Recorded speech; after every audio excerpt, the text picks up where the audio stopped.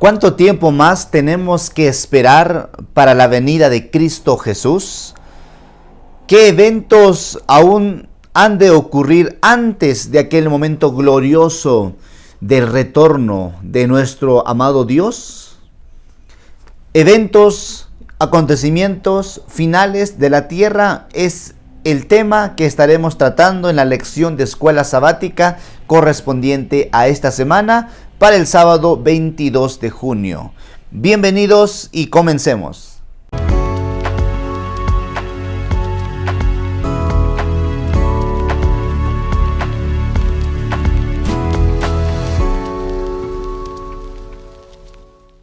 Hermanos queridos, un abrazo fraterno a cada uno de ustedes. Qué bueno es tener una vez más la oportunidad para estudiar la Biblia a través de la lección de escuela sabática. Mi nombre es Ananías Mamani, pastor de la Iglesia Adventista del Séptimo Día. Y una vez más tengo el placer y la bendición que Dios me da, el privilegio de ir a la palabra de nuestro Dios para compartir este comentario de la lección de escuela sabática.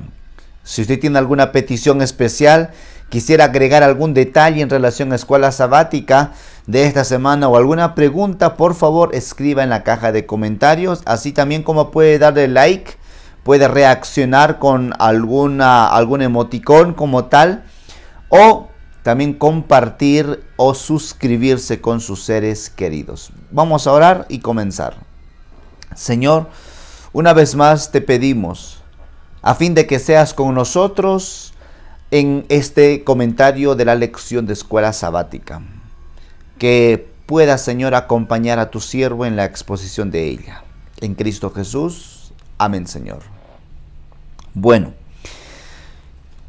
la vida, la muerte, la resurrección y el ministerio de Cristo en el santuario celestial debiera ser aquello que debiera resonar en nuestra vida a tener un gran Dios omnipotente, el Dios todopoderoso, Cristo Jesús. La lección de esta semana nos está hablando de los eventos postreros antes de la venida de Cristo Jesús. Los eventos que han de ocurrir de aquí a la venida de Cristo Jesús. Sin duda son muchas. Nuestra lectura bíblica en Proverbios en el capítulo 23, verso 23 dice: compra la verdad y no la vendas. Adquiere sabiduría, disciplina e inteligencia. Mis amados, ¿cómo vamos a discernir los eventos que vienen por delante si no vamos ante la presencia de Cristo Jesús para pedir sabiduría, inteligencia y disciplina?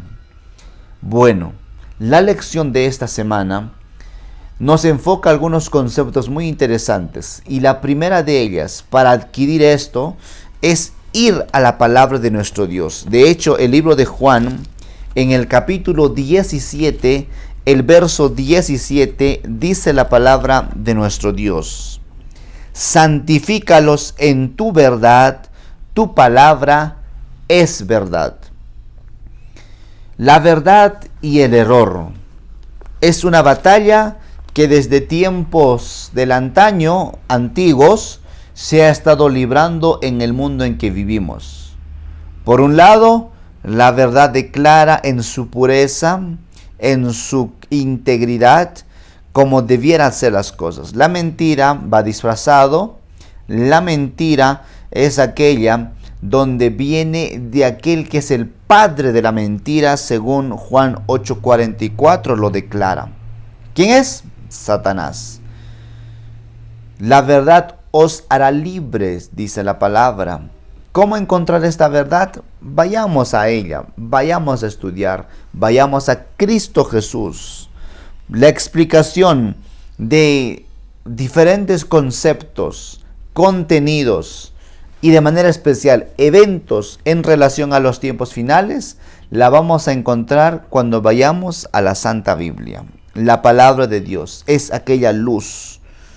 El libro de 2 de Pedro, capítulo 1, versos 16 al 21, explora de manera muy interesante el concepto de que la palabra no vino por voluntad humana, sino que fue Dios quien la trajo hacia nosotros, utilizando hombres, inspirándolos a ellos, y a través del Espíritu Santo hoy tener esta maravillosa, la santa palabra de nuestro Dios.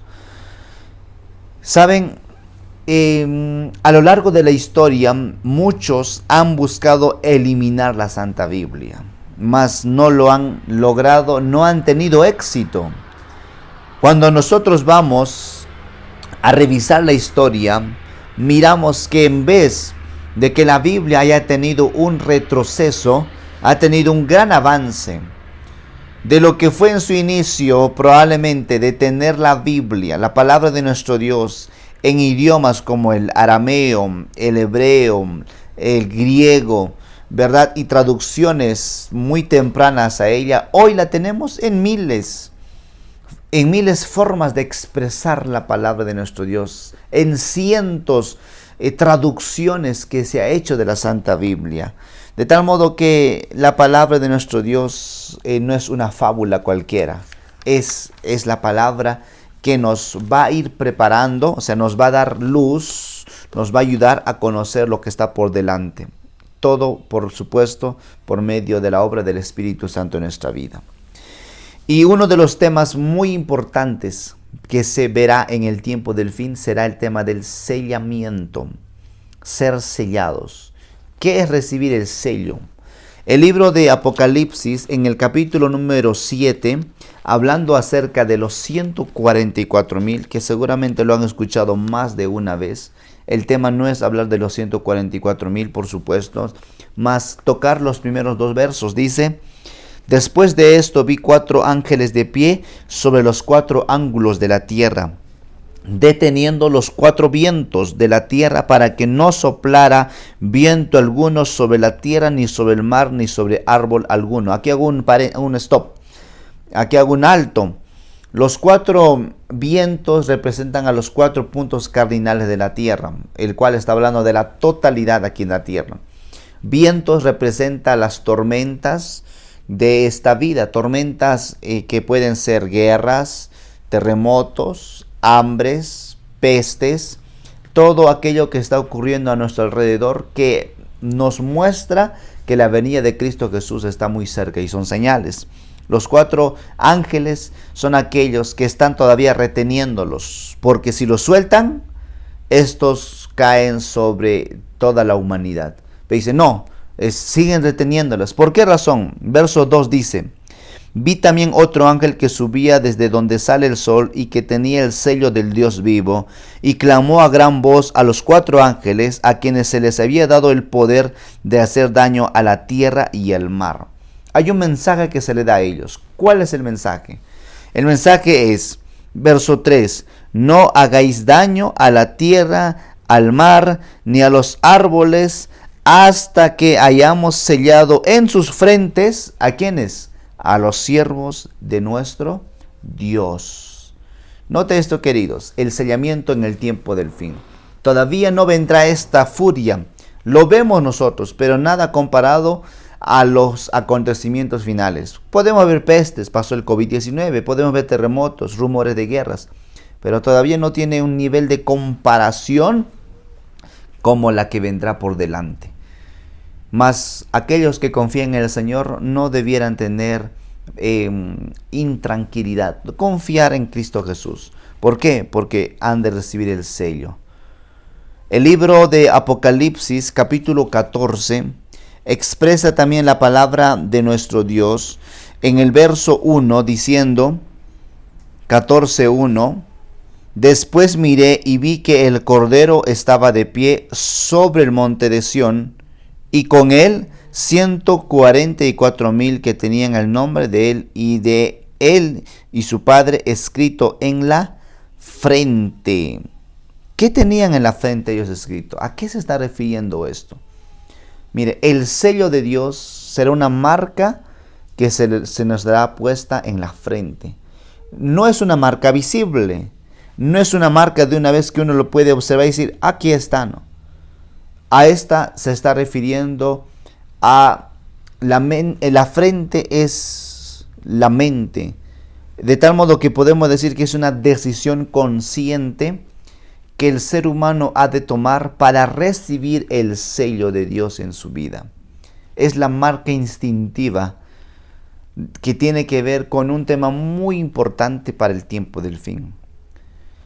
En lecciones pasadas vimos que el sello se refiere al día sábado, la observancia del séptimo día de la semana. ¿Por qué razón vemos que el sábado es el sello? Por muchas, pero tres puntuales. Un sello debe tener algunas características distintivas. Algunas de ellas, por ejemplo, son estas. El sello debiera mostrar el nombre de a quién pertenece el sello. Y el sábado lo es porque dice, hablando en Éxodo 28 al 11, al Señor tu Dios. Acuérdate del día sábado para santificar. Y allí habla, al Señor tu Dios. Porque no es nuestro, es del Señor nuestro Dios. O sea, el dominio de quién es. Número 2, debe tener el título. El título. O sea, ¿cuál es el título de qué? El título es El Señor hizo. O sea que el título es aquel que hace, aquel que efectúa, aquel que obró.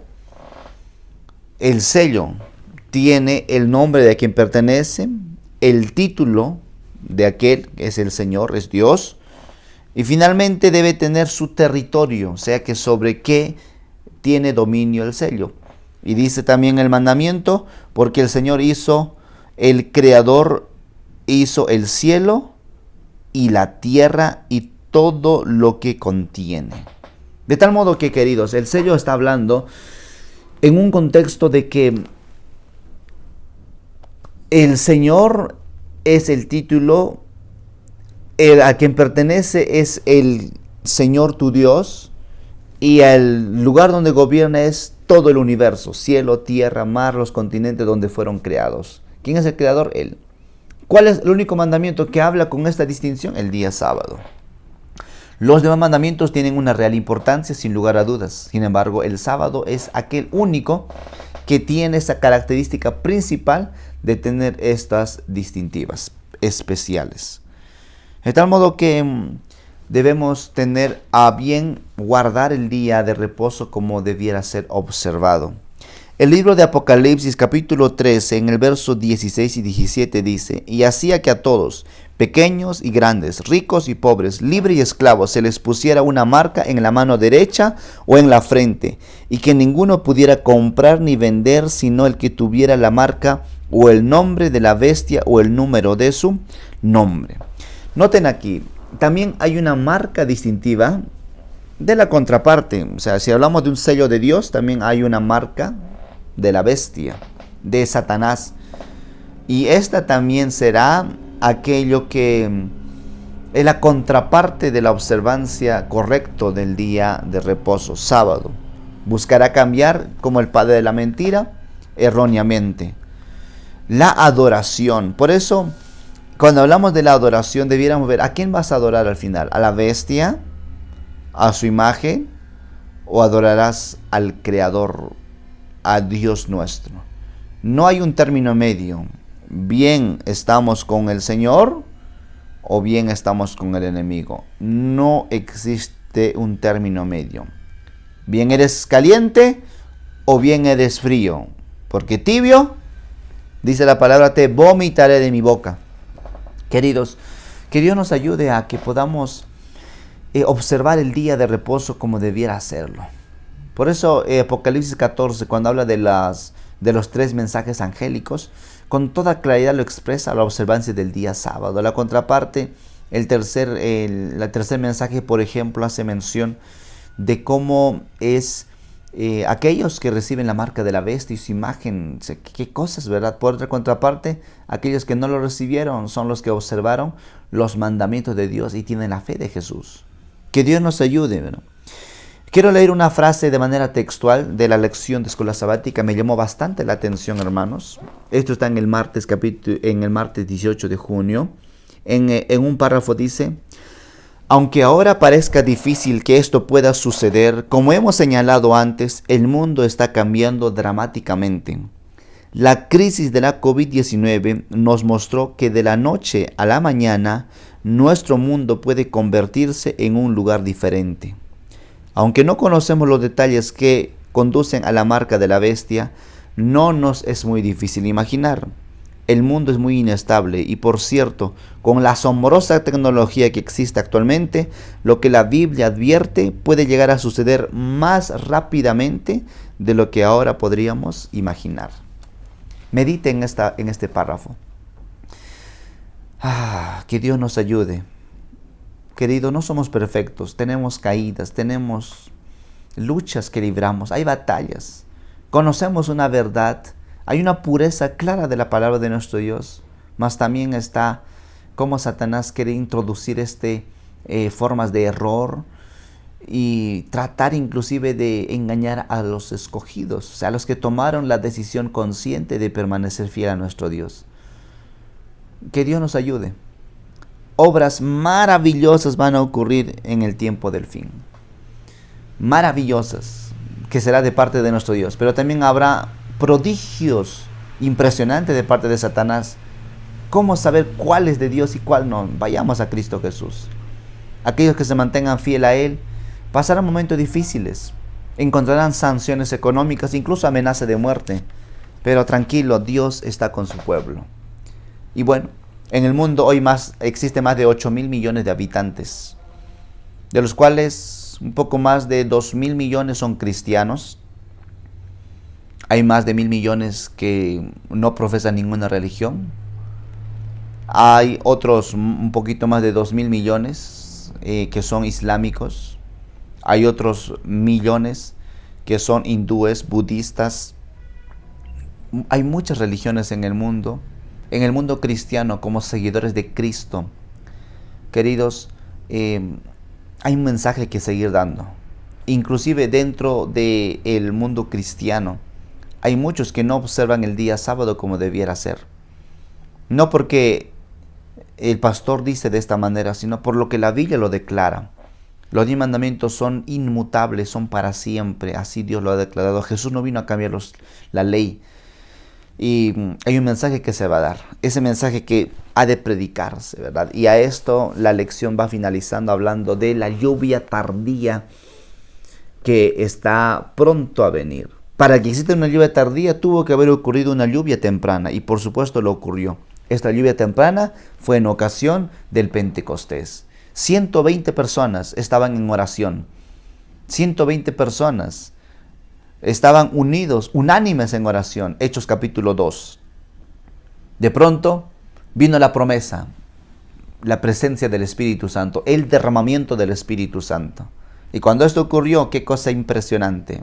Empezaron a predicar a medos, a pardos, y empezaron a predicar en tantos idiomas, que mucha gente que en ese tiempo estaba en Jerusalén decían, ¿cómo es ello que predican y nosotros lo podemos entender? Qué cosa impresionante, queridos. La palabra dice que en el libro de Hechos 6:7, que incluso gran cantidad de sacerdotes obedecían a la fe. En el libro de Hechos 9:31 dice que se levantaron iglesias por toda Judea, Samaria, por Galilea. Qué cosa impresionante. El libro de Hechos 4:4 dice que 5.000 personas se bautizaron en un solo día. Y antes decía 3.000 personas se bautizaron en una predicación. Qué cosa impresionante que se viene. En el libro de Hechos 17:6 se hace una declaración impresionante. En Tesalónica algunos judíos contrarios al evangelio hicieron una asombrosa declaración diciendo, esos que han trastornado el mundo entero han venido también aquí. Mira, qué cosa. ¿Qué cosa? Estos que han trastornado el mundo, o sea, con la palabra de Dios también están aquí. Los de Tesalónica decían esto. El mensaje del mundo conocido en ese entonces se había predicado de manera impresionante. ¿Por qué? Porque llegó la lluvia temprana, la obra del Espíritu Santo en un grupo de 120 hombres que decidieron orar por la presencia del Espíritu Santo. Si así fue la lluvia temprana con tan semejantes resultados, la lluvia tardía será mucho, mucho más grande. La lluvia tardía Será el momento antes de que vengan las 7 últimas plagas. Momento en donde niños, jóvenes, adultos, letrados y letrados, pero con un corazón lleno del Espíritu Santo, predicarán el mensaje de la salvación. Miles de personas en un día se convertirán. Será mucho más grande los resultados en ocasión de la lluvia tardía como que la que fue en la lluvia temprana. Dios, no sé cómo ha de ocurrir. Lo que sí sé es que esto se ha de cumplir y espero realmente que usted y yo seamos parte de ese momento especial. Que Dios pueda guiarnos. El libro de Apocalipsis capítulo 18, el verso 1 dice: después de esto vi otro ángel que descendía del cielo con gran poder y la tierra fue iluminada con su gloria. Iluminada con su gloria, resplandece. ¿Cómo es esto? No es que se ponen diferentes generadores eléctricos y por allí estaciones de energía para que luz. No. Habla de que el mundo es iluminado de la gloria de Dios, de la presencia de Dios. De tal modo que el mundo que hoy la conocemos recibirá el último mensaje de amonestación antes de que el tiempo de gracia se acabe. Oremos. El libro Evento de los Últimos Días, me llama la atención una cita de allí donde dice: al buscar a Dios para que nos conceda el Espíritu Santo, Él producirá en nosotros mansedumbre, humildad de mente y una consciente dependencia de Dios con respecto a la lluvia tardía que trae perfección. ¿Qué debemos hacer, hermanos? Busquemos a que Dios pueda concedernos la presencia del Espíritu Santo. Y cuando esto ocurra, Él mismo transformará nuestro carácter de ser orgulloso, prepotentes, soberbios, dar humildad en el corazón, que nos da una vida de consagración y una constante y consciente dependencia de la presencia de Cristo Jesús. Debemos orar, hermanos, que Dios pueda ayudarnos a que nuestra vida esté en completa entrega hacia nuestro Dios. Este fue nuestro comentario de la lección de Escuela Sabática. Estamos a poco de terminar la lección de este trimestre y quiero animarlo. Ponga su mirada una vez más en Cristo Jesús. Que no pase una lección más sin haber hecho en nuestra vida, haber tomado una decisión en nuestra vida para el reino de los cielos. Que Él pueda guiar su vida, fortalecer sus pensamientos y que podamos aprender a depender de Cristo Jesús. Vamos a orar y finalizar este comentario y nos vemos en nuestro último comentario de la lección de Escuela Sabática de este presente trimestre. Dios los bendiga. Señor, aquí estamos, decididos una vez más a que tú puedas transformarnos. Perdónanos, Señor, porque caemos, fallamos, hacemos cosas inicuas. Mas aquí estamos, Señor, pidiéndote que puedas hacer en nosotros lo que por nosotros mismos no podemos realizar. Bendice a cada uno de mis hermanos, mis amigos, la querida familia que se prepara para el reino de los cielos.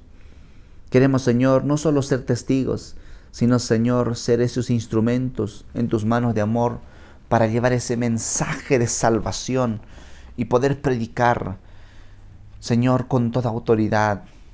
Predicar, Señor, con poder, porque la presencia del Espíritu Santo, el derramamiento del Espíritu Santo ha de estar con tu pueblo. Padre amado, llénanos de tu paz, de tu amor, de tu gozo y sé en medio nuestro. En Cristo Jesús te pedimos. Amén, Señor, y amén. Dios los bendiga, queridos. Un abrazo fraterno a cada uno de ustedes. Dios siga guiándonos para vida y vida eterna. Nos vemos en nuestro próximo comentario.